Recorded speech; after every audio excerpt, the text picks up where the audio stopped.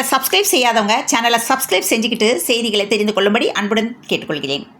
வணக்கம். இன்றைய முக்கிய செய்திகள். கோடை விழாவின் முக்கிய நிகழ்ச்சியான 127வது மலர் கண்காட்சி ஊட்டி அரசினர் தாவரவியல் பூங்காவில் இன்று தொடங்கியது.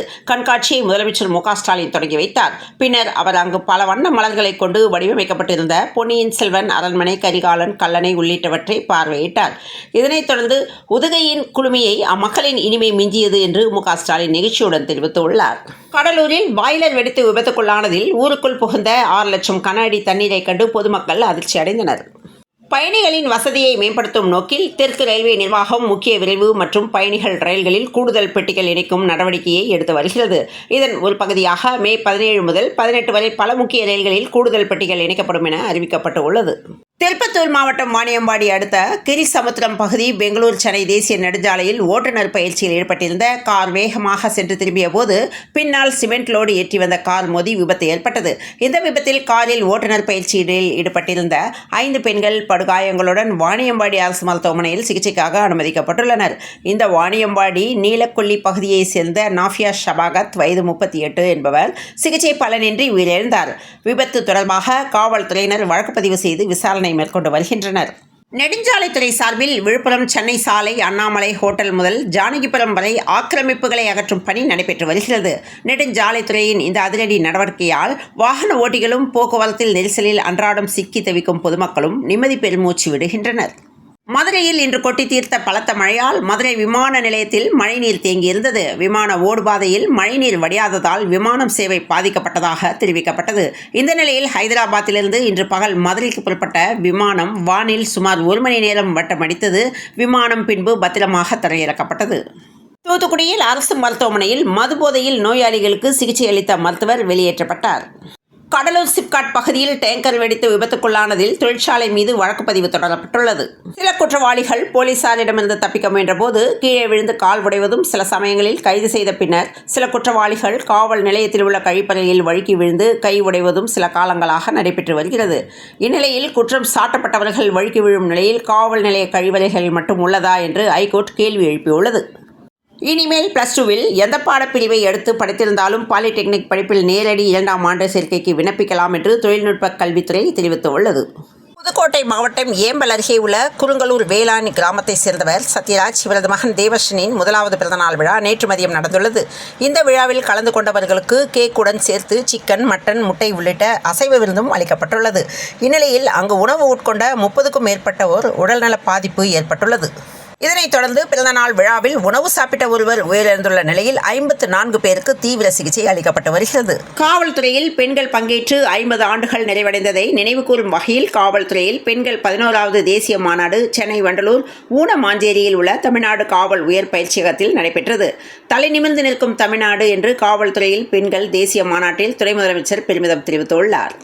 கொடைக்கானல் அருகே காட்டெருமைக்கு உணவு வழங்கிய 2 பேருக்கு ரூபாய் 10,000 அபராதம் விதித்து வனத்துறை நடவடிக்கை எடுத்துள்ளது.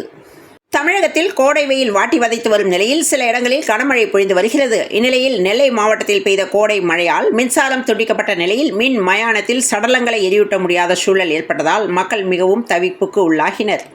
முதலமைச்சர் மு.க.ஸ்டாலின் தலைமையிலான திராவிட மாடல் அரசு மருத்துவத்துறையில் தனி கவனம் செலுத்தி வருகிறது. குறிப்பாக அரிய வகை நோயால் பாதிக்கப்பட்ட சிறுவர்களுக்கு நவீன முறையில் இலவசமாக சிகிச்சைகள் அளித்து அவர்களின் வாழ்க்கையில் வெளிச்சத்தை ஏற்பட்டு வருகிறது.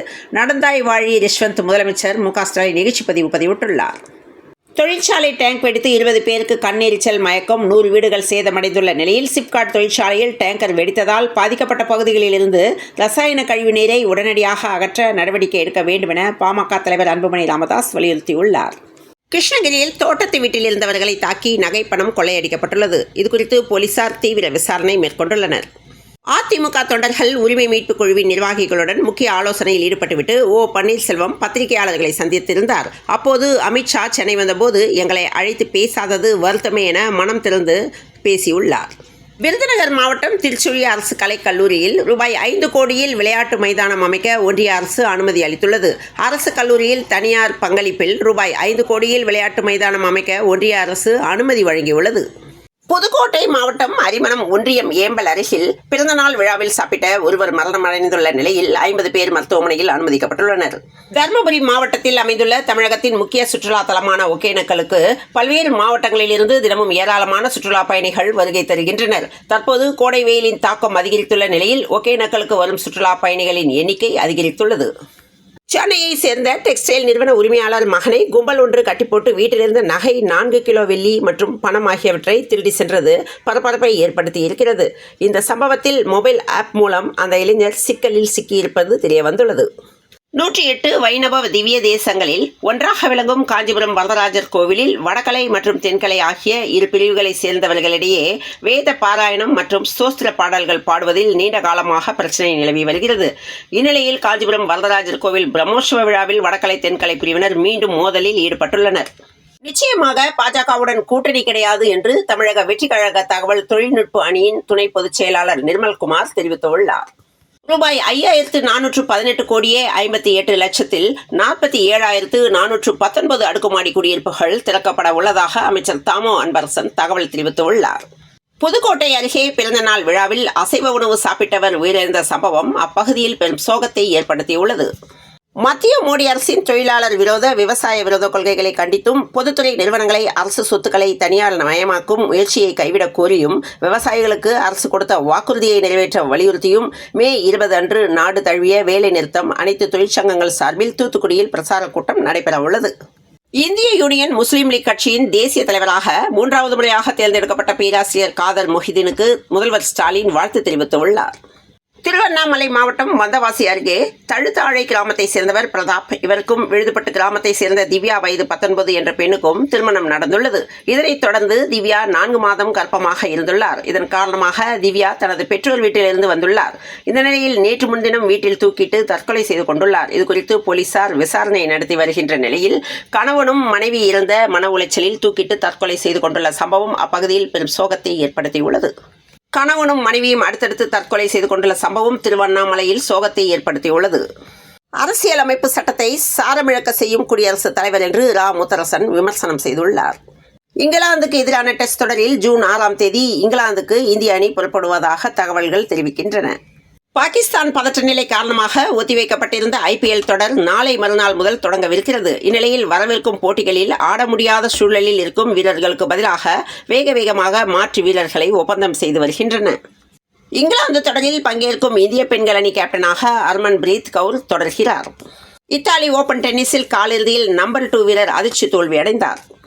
தங்கம் விலை இன்று உயர்ந்திருந்தாலும் ரூபாய் 70,000க்கு கீழ் நீட்டிப்பது மக்களுக்கு சற்று மகிழ்ச்சியை தந்துள்ளது. இன்று தங்கம் கிராமுக்கு ரூபாய் 110, பவுனுக்கு ரூபாய் 880 உயர்ந்துள்ளது. இன்று வெள்ளி விலையில் எந்த மாற்றமும் இல்லை. அதன்படி சென்னையில் இன்று 22 கேரட் ஆபரண தங்கத்தின் விலை ஒரு சவரன் 69,760 ரூபாய்க்கும், ஒரு கிராம் 8,720 ரூபாய்க்கும் விற்பனையாக உள்ளது. தமிழகத்தில் சில மாவட்டங்களில் இன்று முதல் 3 நாட்களுக்கு கனமழை பெய்ய வாய்ப்புள்ளதாக சென்னை வானிலை ஆய்வு மையம் தகவல் தெரிவித்துள்ளது. இத்துடன் இந்த செய்திகள் நிறைவடைந்த நிலையில் தொடர்ந்து இணைந்திருங்கள் பிரபாஸ் கதம்பம் செய்திகளுடன். மீண்டும் மற்றொரு செய்தியில் சந்திப்போம். நன்றி, வணக்கம்.